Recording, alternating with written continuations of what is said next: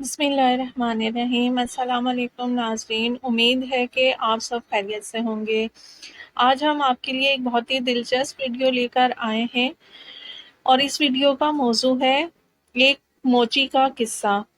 برگد کے درخت کے نیچے بیٹھ کر ایک موچی اپنا کام کیا کرتا تھا۔ پھٹے پرانے بستے سیتا اور جوتے مرمت کرتا۔ پھر اسے جا کر کہیں اتنے پیسے ملتے کہ وہ اپنا اور اپنے بچوں کا پیٹ بھر سکتا تھا۔ موچی غریب تھا اور دل کا بہت زیادہ امیر تھا۔ وہ اپنے ساتھ صبح ایک روٹی لے کر آتا اور دوپہر میں وہی روٹی پانی کے ساتھ کھا کر اللہ کا شکر ادا کرتا۔ روٹی کا ٹکڑا لے کر وہ اس کے چھوٹے چھوٹے ٹکڑے کر کے چڑیوں کو ڈال دیا کرتا تھا۔ چڑیاں درختوں کے پاس آ کر چن چن کر روٹی کے ٹکڑے کھاتی اور پھر اڑ جاتی۔ کھانا کھا کر اور چڑیوں کو کھلا کر وہ تھوڑی دیر کے لیے برگد کے درخت کے نیچے آرام کیا کرتا تھا اور نماز پڑھ کر پھر سے کام میں مصروف ہو جاتا تھا۔ ایک دن ایک مسافر موچی کے پاس آیا، قیمتی جوتا مرمت کروانے آیا۔ وہ دیکھنے میں کوئی نیک آدمی لگتا تھا۔ اس نے سفید کپڑے پہن رکھے تھے، سر پر سفید ٹوپی اور ہاتھ میں تسبیح بھی تھی۔ اس وقت موچی کھانا کھا کر ٹکڑے چڑیوں کو ڈال رہا تھا۔ مسافر نے دیکھا کہ روکھی سوکھی روٹی میں بھی مسافر ایک ٹکڑا چڑیوں کے لیے بچایا ہے اور پھر ہاتھ اٹھا کر اللہ تعالیٰ کا شکر بھی ادا کیا۔ مسافر نے اس سے کہا، میاں تم سوکھی روٹی کھا کر بھی اللہ کا شکر ادا کر رہے ہو، جبکہ اس دنیا میں کتنے ایسے لوگ ہیں جو اچھا کھانا کھانے اور پھل کھا کر بھی اللہ کا شکر ادا نہیں کرتے۔ آخر بات کیا ہے؟ موچی نے کہا، میں کسی سے کم نہیں ہوں۔ اللہ تعالیٰ نے مجھے سب سے بڑی دولت صحت عطا کی ہے۔ صحت نہ ہو تو انسان سب کچھ ہوتے ہوئے بھی کچھ نہیں کھا سکتا۔ میرے ہاتھ پاؤں سلامت ہیں، کام کر سکتا ہوں اور صبر کی دولت تو میرے پاس ہے ہی، پھر میں اللہ کا شکر ادا کیوں نہ کروں؟ یہ چڑیاں میری پڑوسی ہیں، ان کا بھی حق ہے کہ میں پڑوسی کا حق ادا کروں۔ اس سے میرا کچھ نہیں بگڑتا، اس سے میرا کوئی نقصان نہیں ہوتا، بلکہ ان کی چوں چوں سے میری ہمت اور بڑھ جاتی ہے۔ مسافر یہ سن کر بہت خوش ہوا۔ اس نے قرآن پاک کے چند آیات پڑھی۔ موچی نے وہ تمام آیات ادب سے سنی اور کہا، ان آیات کا مطلب مجھے بھی سمجھا دیجئے۔ مسافر نے کہا، ان آیات کا مطلب یہ ہے کہ اے اللہ، بادشاہی کا مالک تو ہی ہے، جس کو چاہے بادشاہی دے اور جس کو چاہے عزت دے، جس کو چاہے ذلت دے۔ تیرے ہی ہاتھ میں بھلائی ہے، بے شک تو ہر چیز پر قادر ہے۔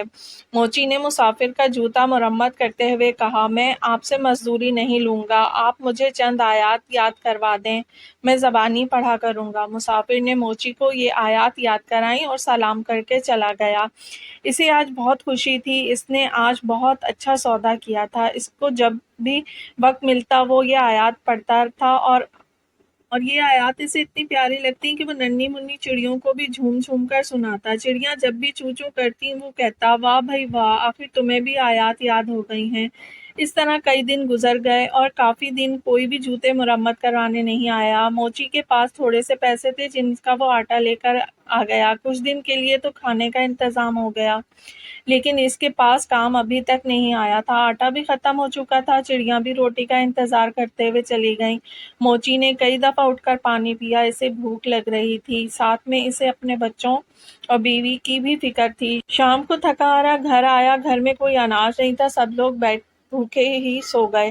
اس عالم میں 2 دن گزر گئے، پانی کے علاوہ ان کے پیٹ میں کچھ بھی نہیں تھا، سب بھوک سے نڈال ہو گئے تھے۔ گھر میں کوئی ایسی چیز موجود نہیں تھی جس سے آٹا یا کھانے کی کوئی چیز لے کر آتے۔ موچی کی بیوی رونے لگی اور بولی، یہ معصوم بچے مر جائیں گے، 4 دن سے ان کے پیٹ میں ایک بھی دانہ نہیں گیا، ان بچوں کو کیا قصور ہے؟ سامنے والے گھر جاؤ، وہاں آج دعوت ہے، باہر دیگیں پک رہی ہیں، تم پڑوسی سے تھوڑا کھانا یا پیسے مانگ کر لاؤ تاکہ ان بچوں کا پیٹ بھر جائے۔ موچی اداس بیٹھا تھا، کہنے لگا، نیک بخت سامنے والا پڑوسی بڑا گھمنڈی ہے، بے حد مغرور ہے، میں کسی کا احسان نہیں لینا چاہتا، مگر ان بچوں کی حالت مجھ سے دیکھی نہیں جا رہی، مجھے اس سے کوئی امید تو نہیں ہے، پھر بھی اگر تم کہتی ہو تو میں چلا جاتا ہوں، شاید اللہ اس کے دل میں رحم ڈال دے۔ موچی اپنے پڑوسی کے پاس گیا اور اسے سلام کیا اور کہا کہ 4 دن کی بھوک نے مجھے مجبور کر دیا ہے کہ میں اپنے بچوں کے لیے آپ سے کھانا مانگنے آیا ہوں، یا کم سے کم آپ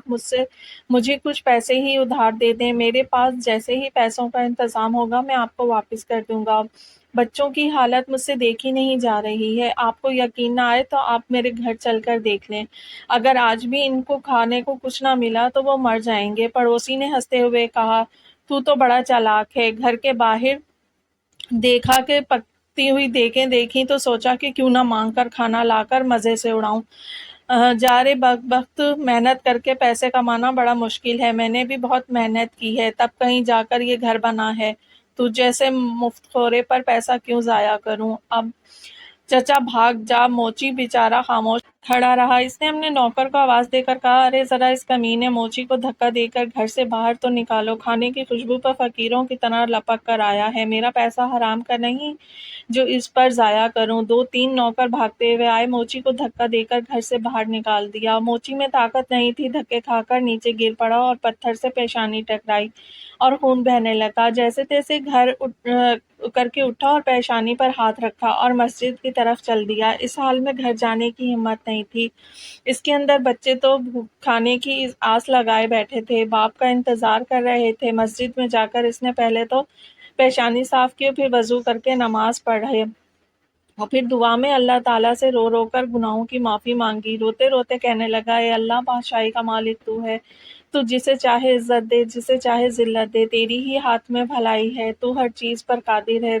وہ موچی بیچارہ روتا جا رہا تھا اور یہ آیات پڑھتا جا رہا تھا۔ اتنے میں مسجد میں ایک آدمی آیا، اس نے موچی کی زبان سے یہ الفاظ سنے اور اس کے دل پر بہت گہرا اثر ہوا۔ اس نے وضو کر کے نماز پڑھی اور موچی کو سلام کیا اور کہا، میں ایک تاجر ہوں اور اپنا سامان لے کر اس شہر میں آیا ہوں، آتے ہی مجھ پر یہ مصیبت ٹوٹ پڑی کہ میرے وفادار ساتھی مر گیا اور اب مجھے ایک ملازم کی ضرورت ہے۔ تم بھی اللہ کے گھر میں ہو اور میں بھی اللہ کے گھر میں ہوں، اگر تم میرے ساتھ کام کرو تو میں وعدہ کرتا ہوں کہ تمہیں تمہارا حق پورا دوں گا، اور تم بھی وعدہ کرو کہ وفاداری سے کام کرو گے۔